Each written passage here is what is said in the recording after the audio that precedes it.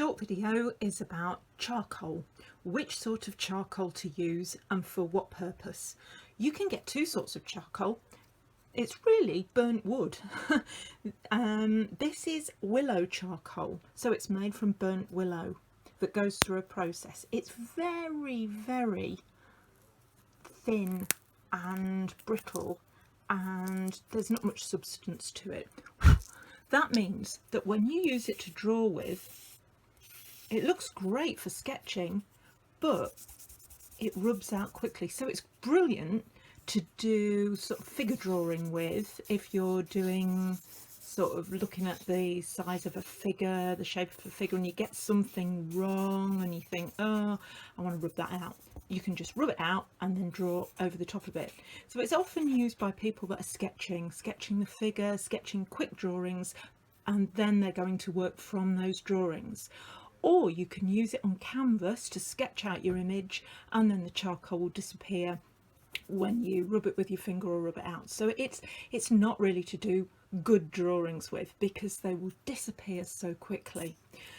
Best charcoal to do great drawings with, really good tonal drawings and mark making drawings, is compressed charcoal or Conte. But we have compressed charcoal here. It's great. It comes in these sticks. Again, you can't break it. It's really, really hard. Fabulous. And when you rub it, instead of it rubbing away, it gets darker. You can achieve fantastic tonal effects with it, and really, really rich blacks for your drawings. Dark shadows, and it creates really lovely volume and mass shading. And you can use a rubber with it, either a hard rubber or a putty rubber, to work into it to add highlights and to give you some interesting marks that can suggest movement. So think about your charcoal, think about which charcoal you're picking. For shading and drawing, choose compressed charcoal. And for very quick sketching and for planning out paintings, use willow charcoal.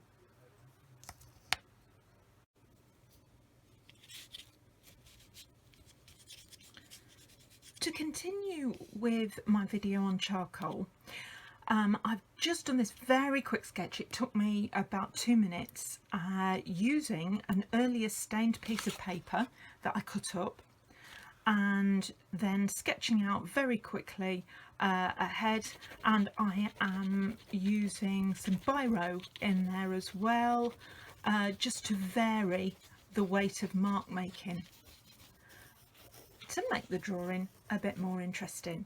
So the background of the paper's already got some incidental marks on it that give it a bit of interest and life for a fast sketch. Accidents that have happened that I've not even thought about, just incorporated them into the drawing as I'm doing it. So charcoal is fantastic to be really quick with, a really quick medium to work with and blend, particularly if you're going to be doing little tryout sketches for compositions or for something else. So I like using charcoal because you can work quite quickly with it. You can erase bits, you can rub into it, you can make things lighter, darker, very, very easily. And then you can also paint on top of it. Another way to use charcoal, if you don't just want to use it straight onto normal paper, is you could make a collage first with lots of little bits of paper. There's an artist called Alison Lambert, like that there. Oh, I think it's one Alison Lambert. Look her up. She does fantastic large charcoal drawings, but she also uses collaged paper underneath and draws into the surface. Fabulous portraits. Another thing you can do, which is quite nice and fun, and really got me into charcoal drawing. Again, I'm using the compressed charcoal because it doesn't wipe away so easily and you can get really rich blacks. I'm going to draw